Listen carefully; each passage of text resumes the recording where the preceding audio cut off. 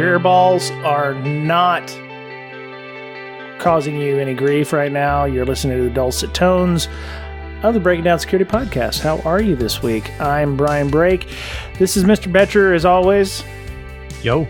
Ms. Berlin, she's still got her busted wheel, and she's living on the endorphins that come from the satisfaction of knowing that she's got a talk this week that has been accepted to DerbyCon. She doesn't know which one, so we're very excited that she's going to be speaking at DerbyCon this year. In addition to speaking at Hacker Summer Camp, which is coming up in a couple of weeks, which is very awesome. Seriously, a couple of weeks? I didn't realize. Yeah, it's not next week, but it's the week after, so it's like 2 weeks from now. So. Oh, dang. Yeah, I know. Close. You're going to be there, right? I'm supposed to be there. Wow. Wait. Get my act together. Wait. You said supposed to be there. Have you been invited? Yeah. Well. Are you crashing the party? Well, I do have tickets. Oh, okay. Yeah, I just didn't realize it was coming so soon because I'd take it easy. Which one, Black Hat or DEF CON? Flow. I have all three. Wow, boy, big pimpin'. Yeah. Look at you. Where'd you get all of them? It's not what you know; it's who you know. Oh, easy, Captain Network over there. Wow. Now, I paid for. I will pay for DEF CON when the time comes. Right. And I got. If you buy or reserve a hotel room in the Tuscany, your B-Sides tickets come with the room. Oh, that's nice. Yeah. Okay. So I got that. Right on. Yeah, the DEF CON ones you got to pay in cash, which I found interesting. And you've got to start lining up like the afternoon before or whatever. And you can get early tickets or you get an electronic badge. I think that's the whole reason people line up. They want the badge. So, yeah. And Black Hat is pretty expensive, right. But I was able to get tickets. The badge thing's kind of becoming popular. I know, full disclosure, I work for Leviathan. Leviathan's actually putting out badges. And if you happen to see them and they give you a badge, there's a puzzle on it that will lead you to someplace special. So if you're running around DerbyCon and somebody hands you a Leviathan badge, start banging on it and maybe you'll find something special. So where do I seek them out? You know what? I understand that Frank is going to be there. If you know Falcon Momont is going to be there as well. He's one of our senior pen testers and consultants. So, Leviathan's going to be showing the flag. They wanted me to go, but I was like, I can't because I'm already burned too much vacation time. So, if everything works out next year, I'll definitely look into going to DEF CON and Black Hat, or not Black Hat, but DEF CON and B-Sides. So, I'm optimistically cautious that I will enjoy it. Or cautiously optimistic I'll enjoy it. That's what it is. So they have the talks released for Black Hat and DEF CON. Really? I haven't checked B-Sides yet. Okay. They probably do. I just didn't check. Right. So I'm trying to line up my schedule, what I'm going to do. You kind of have to do that in advance if you're going to get a lot out of it. Mm-hmm. The first time I went 2 years ago was, I don't know, it was overwhelming. Right. There was just too much going on. And I was like, well, what do I do? Do I go to this get together? Do I go to this party? Do I go to this talk? It was like, wow. Yep. Try to be more structured this time. Right. Well, it's good to know that 2 of the 3 of the Breaking Down Security podcasts will be there, Miss Amanda and you. And we have a Hacker Summer Camp channel on our Slack. So if you are going to be at Hacker Summer Camp and you want to, coordinate with people, that's always available if you're interested in doing that. So, all right, let's get started. We did have a subject that was supposed to happen, but if you've been following me on Twitter, you'll see that I'm a little salty about what happened with the fallout of that. Certain PR companies had the idea that maybe we weren't big enough to have their guest on, so they decided that they wanted more exposure, and that didn't meant BrakeSec's not the one that they should be, putting their people on. So. I'm not going to name names. They're against cursing. Maybe. That could be it. And maybe they just don't like Amanda. for some reason. Oh, man. You said that? I can't believe you went there. Why? Wow, that's hurtful. Yeah. No, seriously, though.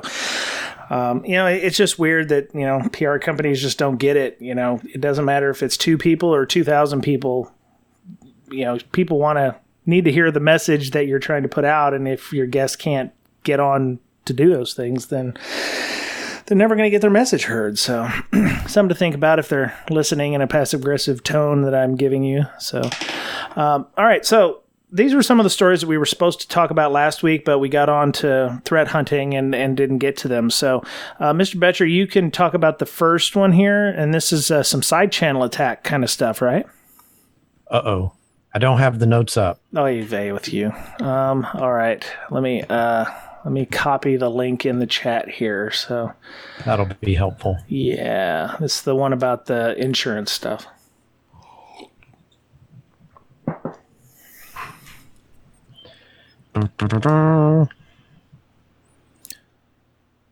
So this is actually something that I think we've known about for a while. And, you hear about things like, the 23andMe's out there that are, taking all your information. And there's some legislation, I believe, against using genetic information to raise your insurance rates based on what they find. But there's additional things that they're slurping up, that will also give them indicators that maybe they should raise your interest rate, your insurance rates. Yeah, actually, I did have this article up, but you said side channel, and it threw me off. Well, it is a side channel attack, isn't it? I guess they're not directly attacking, you. They're looking at things like your lifestyle information or what your likes and dislikes are.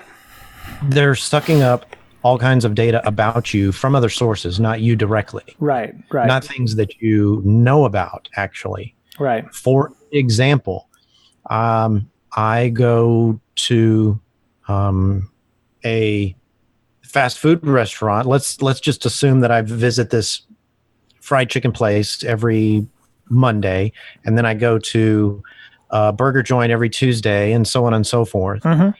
And then they suck up this data from my credit card company or the fast food companies or whoever is has these records on me, or whether it's coming from Verizon or AT&T or Apple from the GPS location that I'm at. Mm-hmm. They assume that I'm eating there, something like that. Right. They track you, and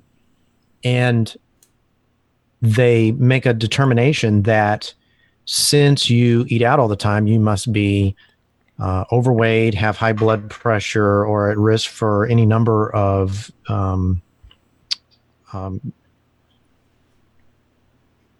cardiovascular diseases, right? Mm-hmm. Yeah.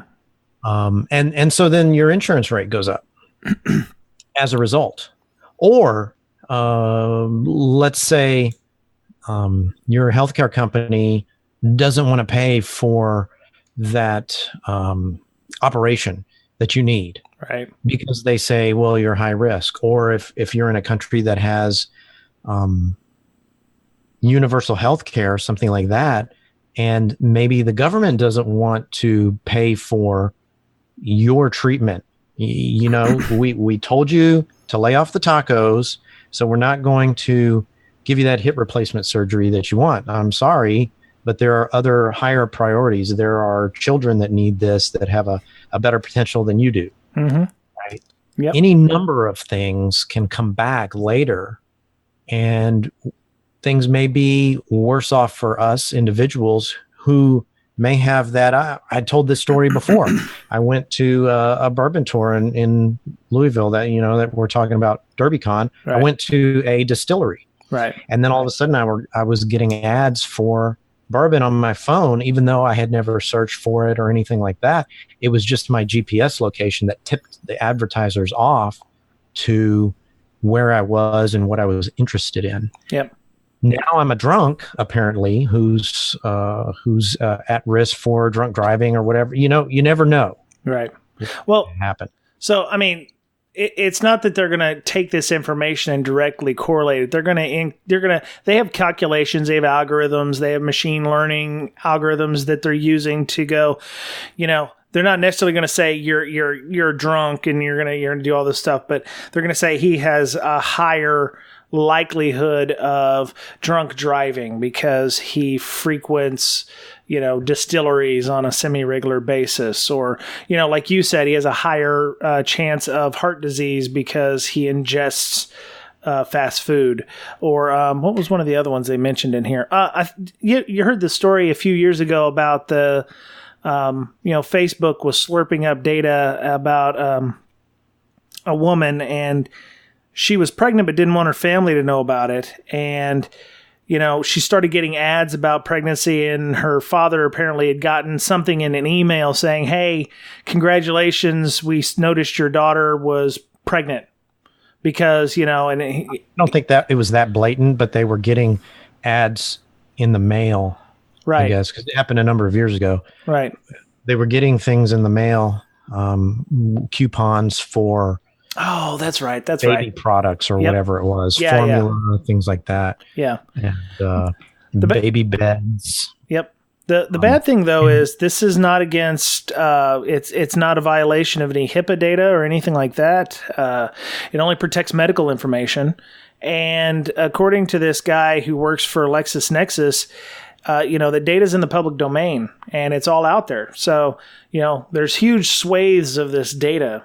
All up in, places like Cambridge Analytics and the Crimson Hexagon, which Facebook recently just ejected for, selling that information. You don't necessarily have to volunteer information anymore. You go to checkout and they go, hey, what's your email address? And you're like, I don't want to give that email information. Well, they've already got additional information on you, how many times you go to Home Depot. Hey, maybe you're doing some home improvement projects. Every time I go to, okay, so I'm in the state of Washington State up here in the Seattle area. Weed is legal. So I just came home with a friend of mine, and he stops at the shop and gets him some edibles and some things that he takes home to his wife. I look down on my phone and it goes, Google, of course, very helpfully going, hey, we'd like to know more information about X shop. Kind of like how we talked about with the gentleman from, doing the Amazon Turk stuff earlier this year. Yeah. They're wanting information to help, verify their machine algorithms, and we're helping them, get better at that. Of course, I don't do those, so I don't worry about, filling those things out. But it's just interesting whenever you're near something and Google goes, hey, let us know what you thought about X, or, what did you feel about X park? Google's slurping all that data up, and they're not saying, well, Brian was at this spot on, X day, but they're going, hey, a lot of people, including somebody who lives in the area, thinks this is a really good place to go.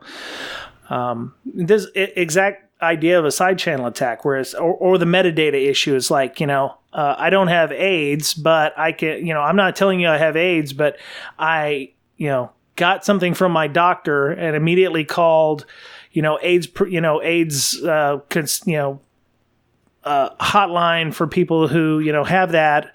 And, it may not, point directly to them having AIDS, but the fact that you got a call from your doctor and then immediately called something like that, lends itself to, the stereotypes, or lends to a logical conclusion that, with the data, it's was that yeah. Did you call the suicide hotline at any time in your life? Right. All kinds of things. Yeah. What you see is all there is.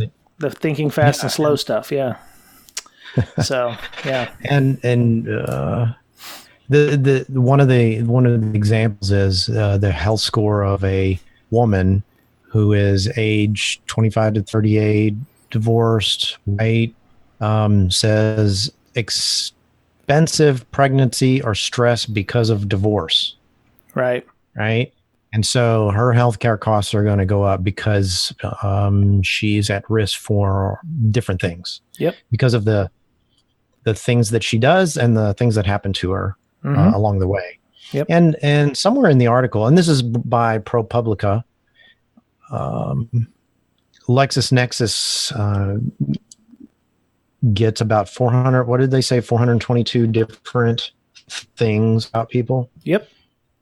Yeah, and it's amazing the number of things that come out of that. The number of things that can be collected on you. Period. Like, well, I'm probably higher than normal. I have a Fitbit, so all that information is getting slurped up by Fitbit and done with God knows what. They don't have to mention names, but they can go, well, of all of our Fitbit users, like 85% of them don't get enough sleep, or 15% of them go to the gym on a semi-regular basis, or whatever. And depending on what your sharing requirements are in an application, they could actually send that information out. They just de-anonymize it as much as possible, giving people a better picture of you in this case. So. Just it's a different company called SAS. Has 1,500 different data elements, and this is not HIPAA data, anything like that, like your social security number, but it's things about you. For example, you purchased a lot of plus size clothing, right? Right. Recently, so you must be getting fat, and of course you're at risk the more you weigh for different things like diabetes, heart disease, etc. Yep. So, So this is why I pay cash. That's why you pay cash. Well, you're on cameras there too, so people's going to see you, buying the Slim Jims and your ho-hos and your apple pies at the supermarket. So, you're gonna see that stuff. So.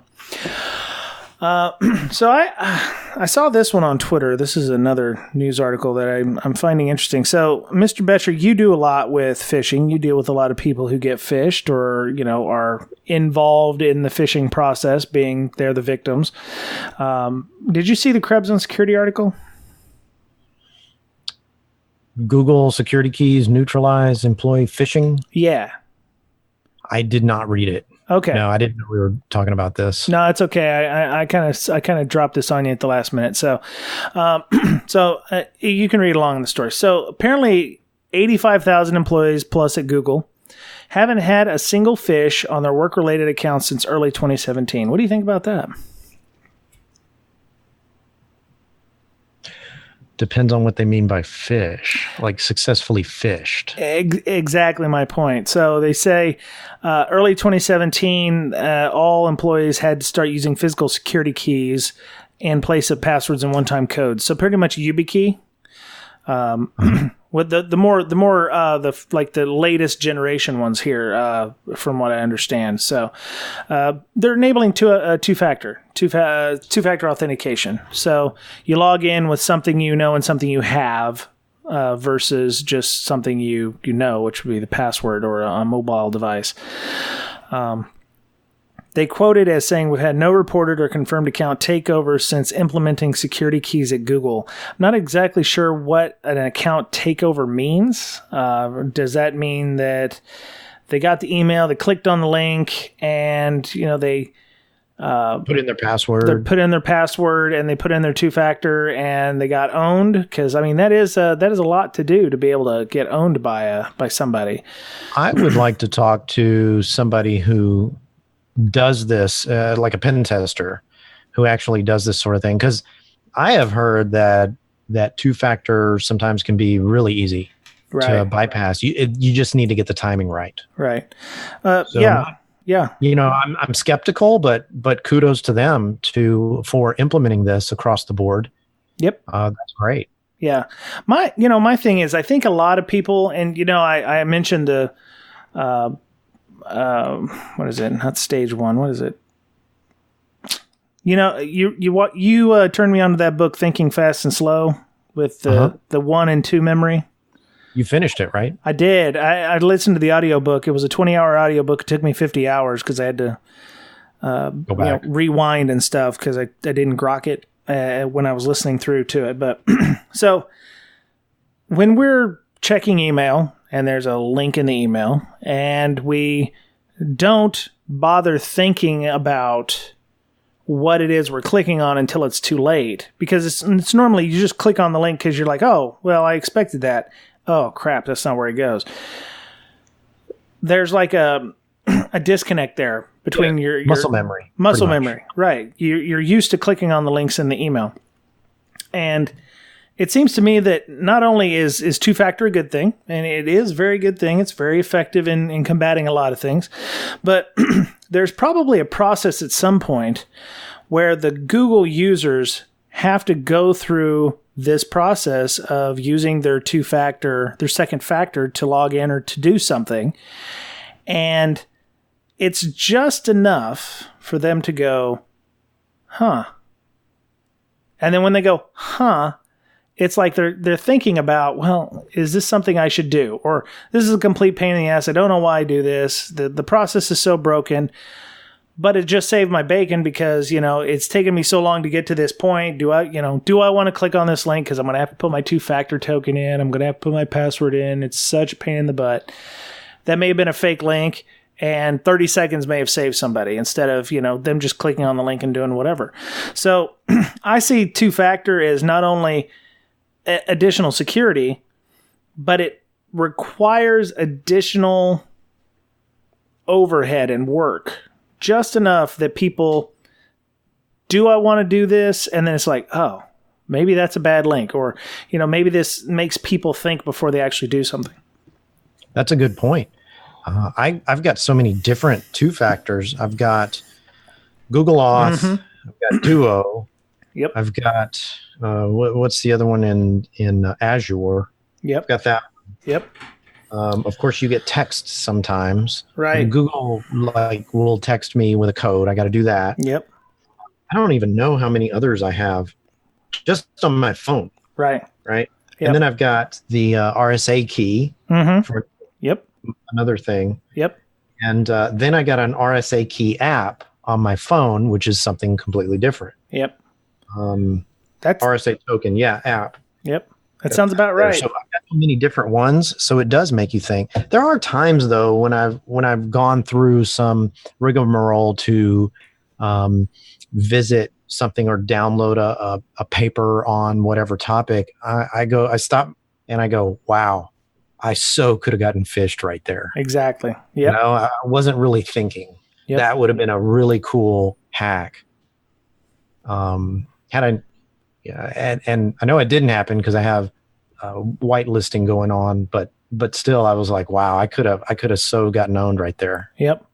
Yeah. I think that, I've always been a fan of this stuff, but then, I was sitting here thinking, I'm like, well, the majority of people are just, they're quick on that trigger. They want to, look at the link. Hey, yes, I've, click here to make sure that you don't lose your insurance benefits. And it's like, oh, crap.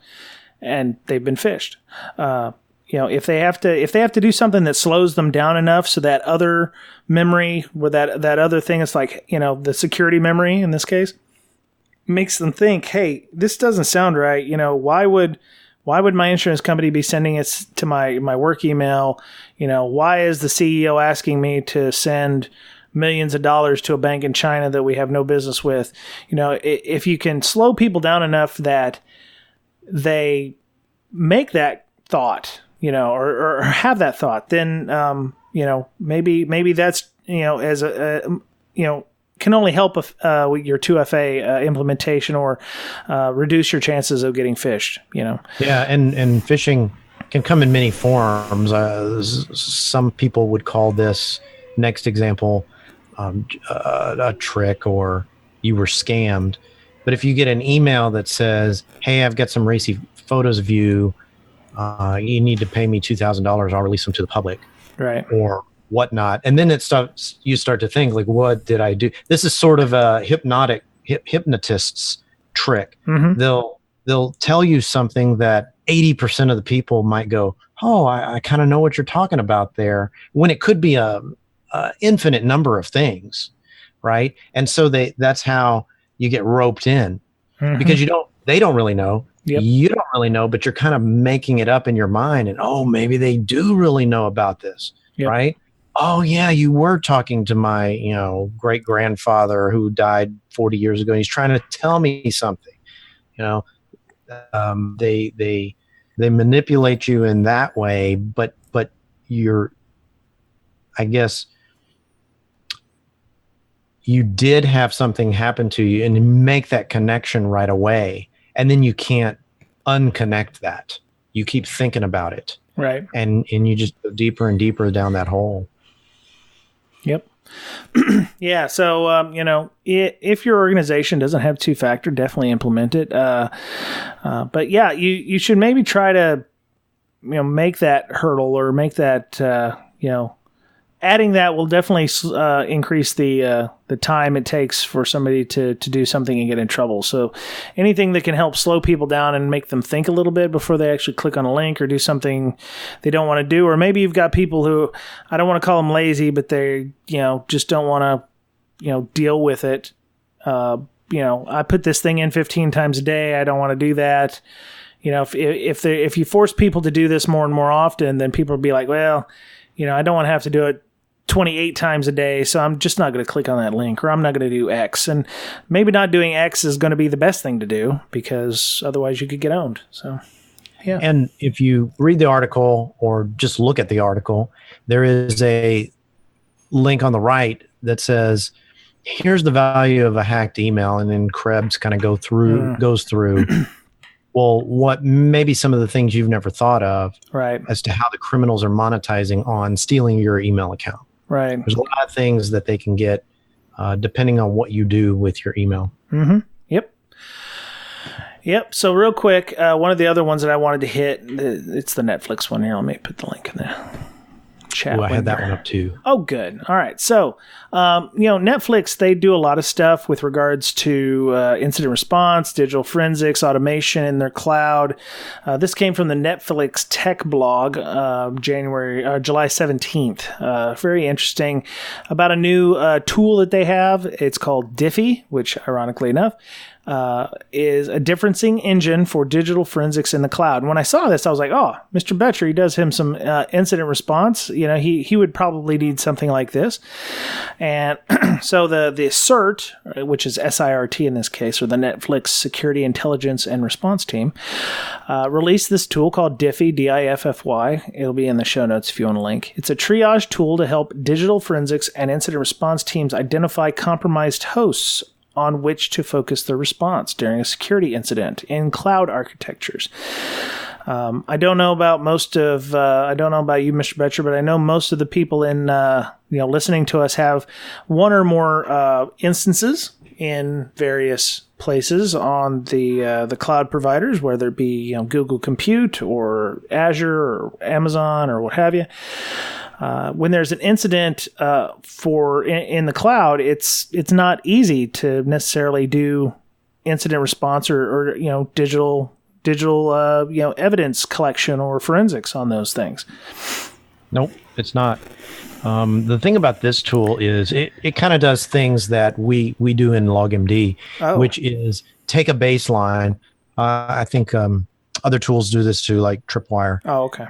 Take a baseline, and if there's any changes to that baseline, then highlight them. So that gets rid of all the things that you trust, right? Provided you took that baseline in a known good state. Right. You take a baseline and the thing's compromised, then it does you no good. But yes, this is helpful for forensics investigators and IR people because it lets them know what they don't have to look at.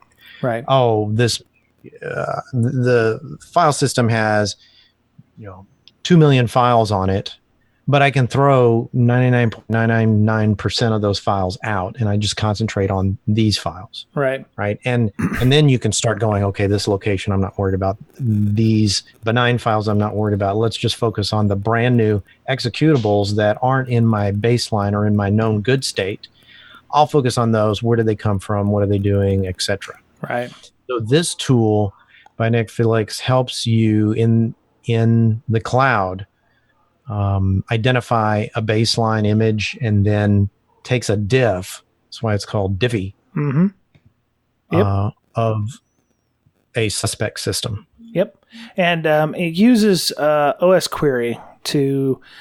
it integrates with OS Query. Yeah, and it uses that. And what OS Query does is basically it's installed as an agent on a box, and you can query it much like you do a database, and it has all the information in it where you can pull that information and get your baseline that way.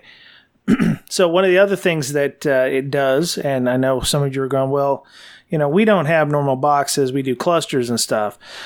So OS Query, during an incident, the clustering, which they said is in the pipeline, so it'll be available soon. The OS Query will take a check of all of the instances in a specific application group, and no pre-incident baselines will be needed if you're using in a clustering. So they'll use they use an algorithm to identify dissimilar elements in system state. So they're assuming that if you have, say, 500 Cassandra instances in a cluster, not all of those boxes are going to be owned immediately if you're doing testing on that. Am I wrong in thinking that? That sounds right? In most cases, yeah. Okay.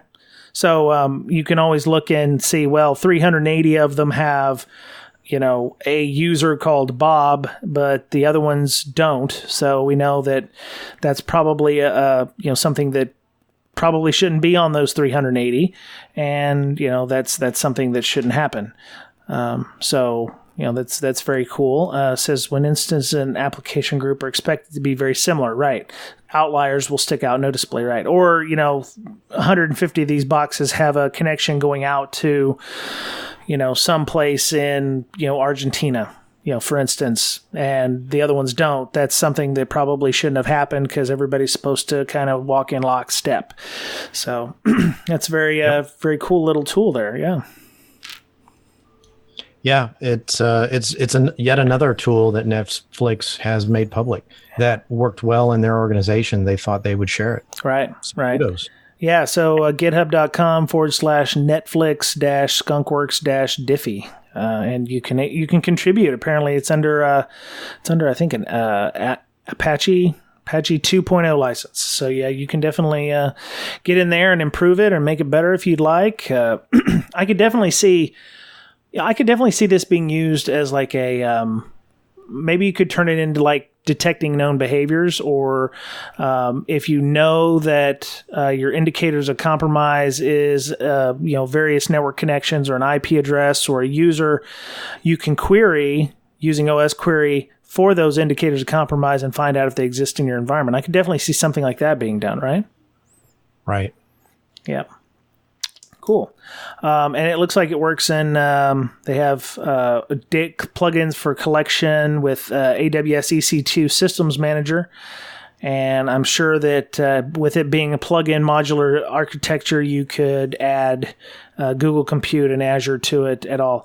The reason it works on AWS is, of course, Netflix is a massive user of US East 1 over there on AWS on the East Coast of the US there. So, I need to go. No, I didn't catch that. Does it say you have to take some sort of a snapshot or pause it or just take a image it? Well, it just says a collection of a functional baseline from a clean running instance. So I assume you would stand up, like you could stand up, I guess, your cluster, or you could stand up a host that you know is going to be good. Take the baseline. All done live? It seems like, yeah. Which kind of makes more sense, right? I don't know what's the performance hit for looking at every single thing on that instance. Yeah, I don't know what kind of perf hit you'd get on that. I would assume since Netflix uses massive amounts of instances in AWS, them standing up yet another instance probably would go completely unnoticed in most respects. Mm-hmm. So I mean, in a cluster you would you don't have to do baselining. So this would be on the fly. I would imagine it would be very much on the fly. If you're doing instances, you'd want to, put up a known clean or a known good and then run your baseline that way. That's assuming you have one-offs of things, right? I mean, if you're running a handful of DNS servers or one or two DNS servers or one server that does X versus, 50 web servers, you would definitely need a baseline for something that's unique. You wouldn't want to try to do something because you don't know what your baseline is at that point. So that's why you'd want to run a baseline for some things, but not necessarily for everything else. Yeah. Yep.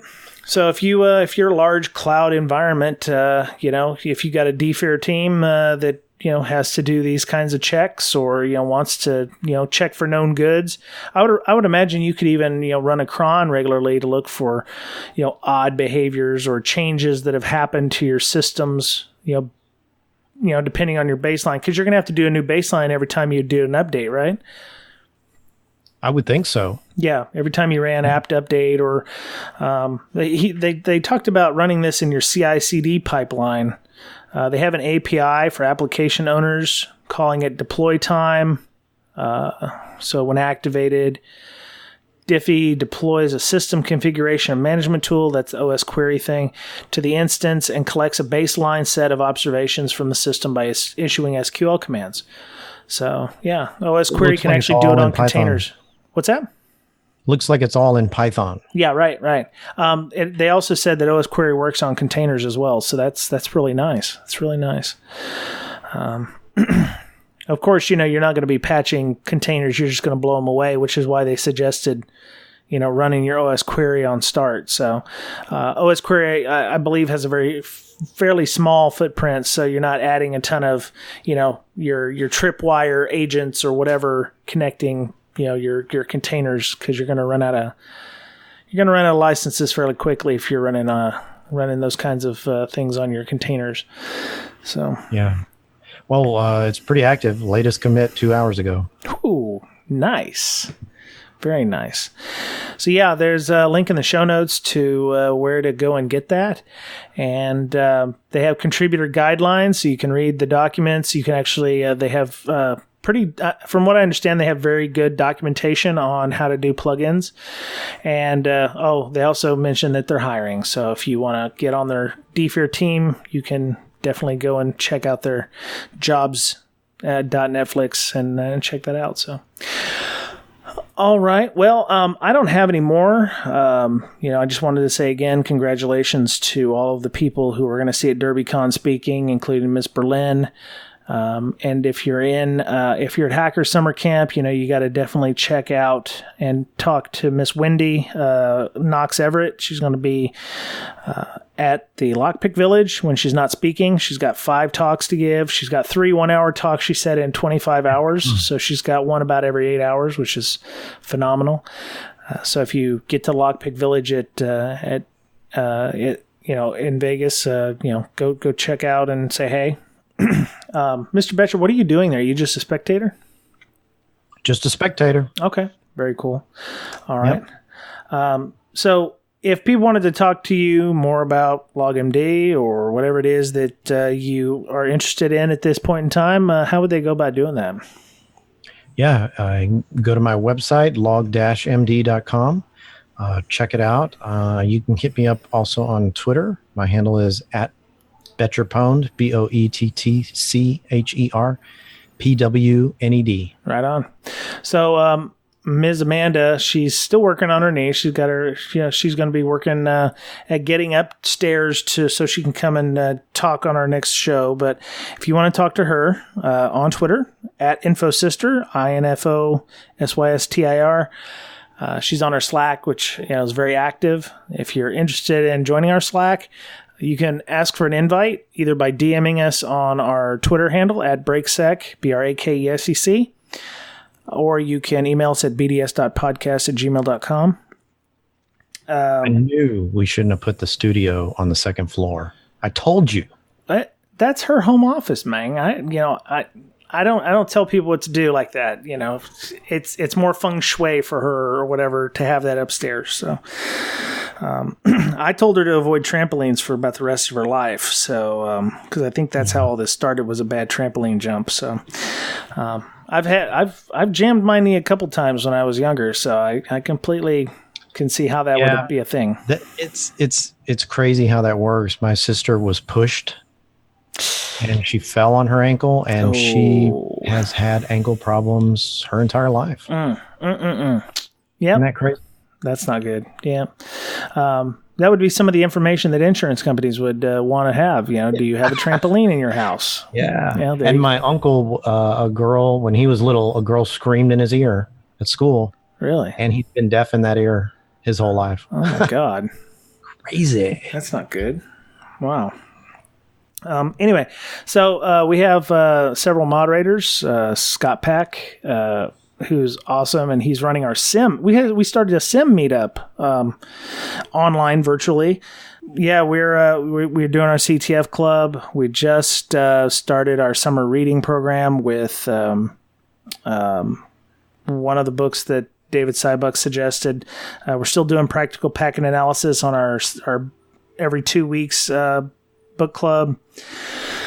The sim club went well. We had like 15, 16 people show up. We're talking all about sims, implementing them, making them work, what works for you, what works for others, kind of information sharing, you know, in a friend DA environment. So if you're interested, if you've got issues with, setting up your sim, or you know what to blog, or what's giving you heartache at your company, come and join us. We'll definitely get you hooked up. And advice. I mean, that sim channel has blown up. Oh yeah, it's one of our most popular ones for obvious reasons. So, yeah. Okay, so you can follow me on Twitter at Brian Brake, BryanBrake.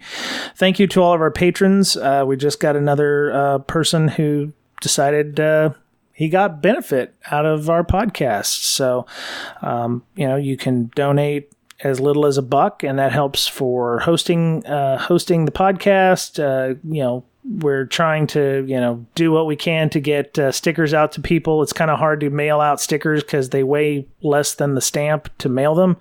So we're working on a method by which we can get those out. And so we're doing a lot of stuff. Please feel free to come by, and thank you for everybody who's donating money to help support the show. So we're on Google Play, iTunes. If you like the show, leave us feedback. If you can't pay money, that's as good as gold in many cases. So please do so. I am done this week. I'm going to go. It's been the Sriracha edition here. It's been really hot in my house. So I got up to about 33 C today. For you Americans, that's almost 90 degrees. But we don't have air conditioning in our house. So it's a little warm here today. So Mr. Betcher, you need to stay cool yourself, all right?